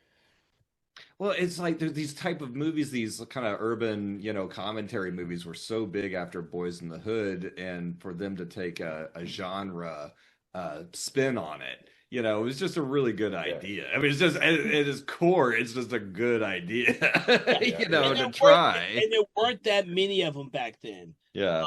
Even the Snoop Dogg movie Bones from 2001 had a little social commentary in it, which was really good. But then they lost focus towards the end of it. With this one kind of keeps that social commentary because it's an anthology film. It kind of keeps it throughout the entire film. I think this is one of the more successful ones of that time period. But there wasn't many of them, to be honest with you. At least not that many that were given theatrical release. This is what I was about to get at, because y'all remember probably the direct-to-video days of like zombies with a Z and vampires with a Z. I got a copy of Vampires with a Z. So, yeah. Did they get the 4K out yet? No, I think it's just a DVD. I don't even know if that thing's been a Blu-ray. They need to step it up, though. Well, that's the thing is there were so many of them that after the success of some of these type of films, Demon Knight especially, and then of course these, and then Bones came out, and of course they're gonna jump on that bandwagon and do a urban freaking of everything, vampires and freaking werewolves and everything else. I mean, even Mario Van Peebles did his version of his werewolf movie, Full Eclipse. It's like that was like an HBO one, is it? Yeah, Bruce Payne was in that too. Yeah. But that's right. It was fun though. It was fun. I don't know if you can find that one on 4K though, buddy. No, not yet. They probably should have a release of that though. It does seem like one they should. I think it's only on DVD. I don't even think they have a Blu-ray. I feel like the Bruce Payne character at some point says something similar, like you want to see something really scary, and then suddenly like turns into a werewolf. I don't. He doesn't say that because it's a Scream line, but he says something like that, and then turns into a werewolf. You know, he may even say that. It's been a long time since I've seen It's been a it. long time for Yeah. me too. But Yeah. the point I was getting at, or part of it, is that yeah, that kind of innocence of making those EC comics that are Yeah. low budget for these films. They just nowadays, I don't think it's possible to recreate that. No. Except for those people who try really hard to prove that they're an '80s, a lover of Right. the '80s. Right. Like a Ty West type Yeah, character. Yeah. but even Yeah, Ty but they West, still can't do it though because Yeah. it's like you can't do it because while you start to do it, you realize you want to do it better or Better. different, you know, and yes, you want yes. to do something different. I mean, maybe they start out with like, I want to make this, like I want to make it look just like this and have that same, but that people's point of views are different now than they were back then, Yeah, That's right. yeah. you know. That's right. Not And- not even like I mean, not even like people in general, like people trying to make the movie, even when you set out to make it, Mhm. it's just like if you try to make a movie like it looks just like in the 70s, it's gonna be tough. It's gonna look like you tried to make it look like the 70s. It Right. will, and the other problem is that the stories from the '70s are so different from Mm. the stories from the '80s, which is so different from the stories of the '90s. And what we have now is the mindset of people in the aughts and now the 2020s, in which what we thought were good in the '70s and '80s all seems flawed story wise. So they may look like they may have been from the '70s, but they want to make it like a more modern film in terms of story. And that doesn't always work because '70s and '80s films had fun Yeah. Mm. with the chaos and the bloodshed and all the other stuff they had in them. And that's just not just talking about horror films. That could be any genre. Any genre Romantic that you comedy, try and yeah. bring it back. Musicals. 80s comedies. You can't bring that back. Yeah. You couldn't No. do it now. Yeah. You Yeah, know? but yeah, no, there's raunchy 80s comedies. I mean, you can't even do the comedies anymore like they did back when they were doing like Wedding Crashers and shit like that, you know, like, or American Step Brothers. Pie or Yeah, that I mean, Well, it's- the other that thing kind of is, genre. you people always think they want to put Dick and Peanuts jokes in the damn thing, and they think that's funny now. A perfect example would be the perfect example would be something like the Ghostbusters and Ghostbusters Answer the Call. Like you can't recreate what the magic was in the '80s when that fucking Yeah. Ghostbusters came out. You Well, know, the thing They try. is right. Well, the thing is, for me, it's like trying to recapture it. Then you're basically just making a fan film, and Yeah, and yeah. it feels like it. It's like like everything Star Wars now just feels like fan fiction. Like and like these kind of, hey, we're gonna make it look like that. It's basically, then it's really, I understand the impulse. I mean, Yeah, I've yeah. done stuff where I go like, I want it to look like a Mario Bava thing or something, and I like that. But I mean, you got to bring your own stuff. But it's, I don't know. At a certain point, I was, this is just way off in left field. I mean, I'm saying Tales from the Hood. This was the best they could do. All right, this is with the budget they got. well, that's the thing is, This is the best they got. So for to make it something intentionally crappy, I don't know. I mean, you can do what you want. My thought was, I was talking to my kids because kids would rather watch a 5-hour reaction video to a movie than a movie. That's so weird, man. Yeah, It's so weird. And so I go like, "Do you want to watch this?" They'll say no, but they will watch somebody talk about it and Yeah. react to it. And so I'm going like, I'm some, part of me sometimes, I just sound like an old man, but I feel like, sometimes I go like, man, maybe movies have had their time and maybe it's over, and I guess I can only blame our generation who were so in love with movies yes. that we made movies about movies. And so it kind of became like a Xerox effect where kind of like Tarantino is probably like the most successful example of it. Mm-hmm. you know? Yeah. but everybody else who you're making love letters to the movies you saw growing up. Hmm. And sometimes these things aren't coming from lived experiences, or the lived experience is this movie that really affected you, and it felt more real than your real life. And now you're making movies about the movies you saw. And so then maybe, and we're a little older, so then the people younger than us are making movies about the movies they saw. And so maybe there's a Xerox degradation. And maybe that's why Yeah. movies aren't as relevant now. Well, it's You been know? going on though. It's been going on since movies started. Like, you look at stuff that was made in the 20s, they redid it in the 30s and the Yeah. 40s, and sometimes they improved it. Most of the Yeah. time they improved it, but like, but there is like the more times you do it, maybe it loses something. It loses some, like whether it loses the fun or it loses the Yeah. spirit. I guess it's the concept of like I fell in love and then I got my heart broken and then I made a movie about it versus I watched a movie about a guy who got his heart broken and I then made a movie about my experience watching that movie. I think, But like I will add this. I think it's Yes. different for this current generation Hmm. because the 20s, the 40s, the 50s, the 70s, they didn't have VHS. They Right. didn't have streaming. They didn't Mhm. have access, so they would remake stuff Mm. because they know no one saw the original anyways. They would Right. remake stuff for a new generation because they didn't have that technology that we have.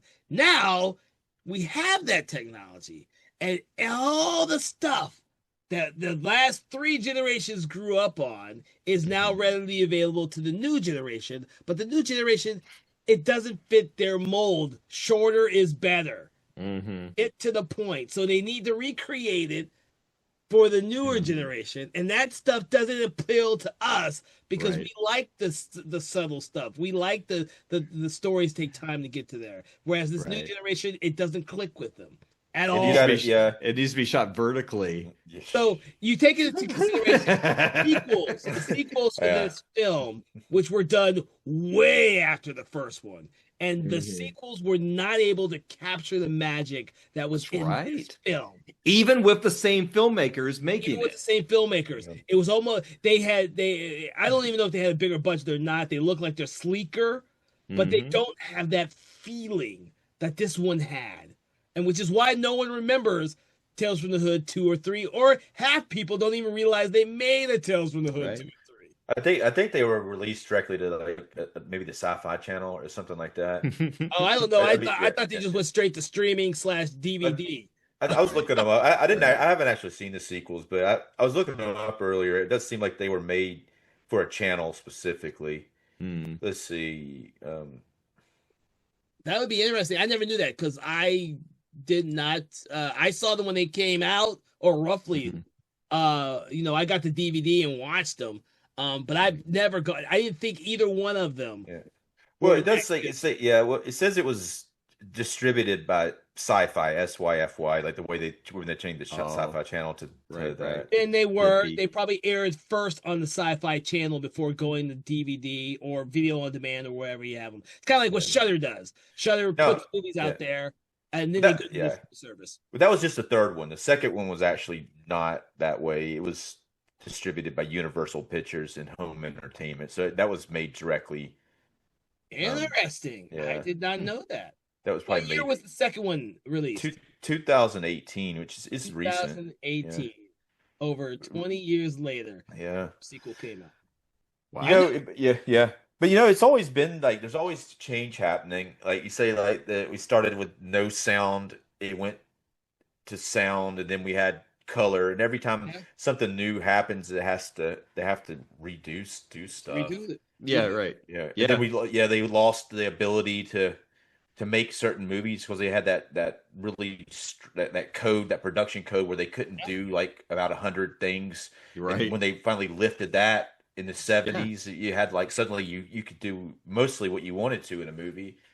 and then you had a bunch of cool shit for a while, and then so things are always changing. But I do have a concern about this short attention span stuff. It's like people watching SpongeBob too much. It's like Yeah. Well, I heard I saw an article, and it may have just been clickbait, but it was about how professors teaching film in film schools now or they were having trouble getting the people to sit and watch the whole movie because I'm sure they're bored though. Yeah, exactly. Yeah. I mean, it was hard for Battleship Potemkin was no thrill ride for me, let me tell you. So now I can imagine 30 years later, they're like, and that's a short. I can't say much about Battleship Potemkin. I own that. I've seen that several times.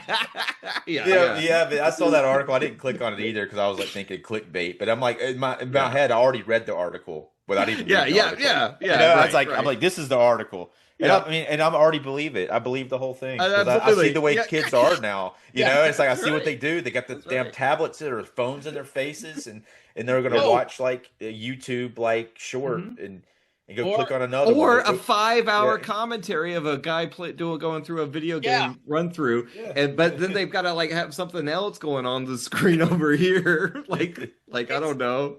Dripping or something. Well, and like I said, it's kids. It's not just like that. No production value. It's like you go from like I know like having like $1 million, like $100 million movie or whatever. You can watch this, or you can watch a dude playing a game. He's stolen the game like graphics. It's not even his graphics. He's just sitting here playing it and talking about it. And it's like I don't know. Well, think of it this way. This is how you would equate that to modern day times. You just look at the success of Iron Lung, which was a movie that was made by a YouTuber with almost no budget and very little production value and almost no fucking advertisement whatsoever other than his fans. Mark, I don't know his name. Mark. I like to hear sex stories like that, and maybe there is a market for longer stuff as long as it's shitty quality, because it's like it's weird because you have something like Skinamarink, which gets a theatrical release, or you get Good Boy, which gets a theatrical release, and and these movies are successful. And you're wondering, Skinamarink was like kind of like Paranormal Activity. There's like very little budget to that, and then they get almost no budget. But that Good Boy though, that costs a lot of money because they had to take 100 takes of the dog every two. Yeah, but it actually was not that much money because it literally is the dog's owner, the dog, and the wife making the entire movie over the course of a long time. I can't remember how long it took them. Wow. I hadn't seen the movie, but is it point of view of the dog, like actual camera point of view? Yes, it is the point of view of the. Well, it's not like actual point of view. It's from the perspective of the dog. But it's shot like a regular movie, though, right? Or is it? Yes, it's shot like a regular movie, but the perspective is always low, always low. All right, so I looked it up. The budget on that was $20 million. I don't think that movie was $20 million, dude. Well, dude, you think Wikipedia is going to lie? Of course they will. I'm messing with you. It's probably could have been even more, but once they put the advertising in it, once the advertising probably has $100 million. The funny thing is, when I saw that at the theater, they have a commentary at the end of the movie. I say that it was just us three making this movie. Yeah, like they took forever to make it because it's just the husband and wife and the dog. 300 takes because it was tedious to say the least. So when you say 20 million, you know what, man? I apologize. What? I looked up this movie called Good Boys. It's a coming of age comedy film. BOYZ. Good Boys. No, just Good Boys with an S. Oh, that's the comedy with the kids. Yeah, it's from 2019. That movie is kind of funny though. That movie. Yeah, you saw it. Yeah. Yeah. Shit. Coming of age of these little prepubescent kids. Yes. But that movie made some money though. The Good Boys. Oh, Good Boy, yeah, Good Boy made some money, dude. They're Good Boys. So the Skinamarink, but I couldn't understand why that movie made any money. And the thing is, all right, I got the real budget. You ready for it? 70,000. Yeah, see, dude, it's 3 people or 2 people and a dog. Yeah. All right. A lot of time. But like these movies are a different type of movie for this younger generation who has smaller attention spans, but are more experimental with the with what they're watching, because TikTok, Instagram, and all of that is very experimental in its presentation of what you're watching. That's And true. so Terrible. It's terrible. You do see some kind of clever, whatchamacallit, cuts and syncopation. It's almost like Raimi editing sometimes I see, like where, it's like the smash cut with like the A is it's probably done by AI though. They probably stole it. It's probably Sam not Raimi, even. Probably not even. It's probably just like, make me a thing that does this. Yeah. I mean, but it's unfortunately, this younger generation has no idea what EC Comics were, or how it influenced the entire comic industry, magazine industry, and us as horror fans. Right. And so I think, some of the mistakes are lost. In a way, like things do have a way of reaching people, even if they don't know where they came from. They do see what they've become over time. Yeah. Like say it, like if this movie could eventually become just a simple TikTok clip, but they may see the best part of this movie in that, but they saw it. Yeah, every TikTok clip could be of Clarence Williams saying some line from this movie. Just pull out all of his lines. Right. Yeah. And this movie would have a totally second life as memes on Yeah, I mean, use David Allen Greer's last line in his segment. Those are your TikTok clips there. Jesus. But that being said, we've said a lot about this movie and got off on some interesting tangents. Is there anything else you guys would like to say about Tales from the Hood? I guess not. I guess we ought to get on with it. Yeah. Let's get to the shit. Yeah. All right. So with that, I want to thank you both for joining us in this conversation about Tales from the Hood. What we love to do, everyone who's listening, is we like to rate the film from 1 to 5, 1 being poor, 5 being amazing. But what we like to do is take an object, quote, or saying from the film to attribute to our rating. Where on the spectrum and what object, quote, or saying do you rate this film? Mr. Conkle, we'll start with you today. Okay. Well, let's see here. I am going to give this movie we're just going to, gut instinct says I'm going to give it 3 murder dolls out of 5. I think it's a damn fine movie. I think I got to take some points away for it losing its way about halfway through for me. But I think overall, 3 out of 5 murder dolls. Okay. It's a recommendation. Yeah. So I'm going to give it like 3.5 snake tongues through teeth. Cartoon sneak tongues. Motherfuckers. So for everyone listening, I have a little bit more fonder appreciation of the movie, only because I grew up with this fucking movie and seen way too many times. I still enjoy the hell out of it, despite the fact that I agree with everyone here that the last story is the most lacking of them all. So I'm going to give it 4 show me to the shit. I wish I could say it like Clarence Williams. I can't say it. I could just try my best. Show me to the shit. So with that, I hope you've enjoyed this conversation in which we discussed this film. Please make sure to check out our other episodes of our podcast. We have a plethora of archived episodes that you can peruse through at your leisure. Make sure to also check out our other podcast, Conversations at Hammer Studio Horrors, which delves deep into the classic 60s, 70s, 80s movies of Hammer Studio era. And then also make sure to check out our Patreon only podcast. It's exclusive to our Patreon page, which is our Conversations in 4-Color, which delves deep into comic books, manga, and graphic novels. From all of us here at Something Wicked Entertainment, we we want to wish you a great day, and please stay out of those mortuaries, people. You get nothing good out of them. Mm. Conversations in Horror is a Broken Lighthouse Pictures production, written, produced, and directed by Kevin L. Powers, executive producer Kelly A. Inoka. All contents and material from this episode of Conversations in Horror is copyright 2025 Broken Lighthouse Pictures.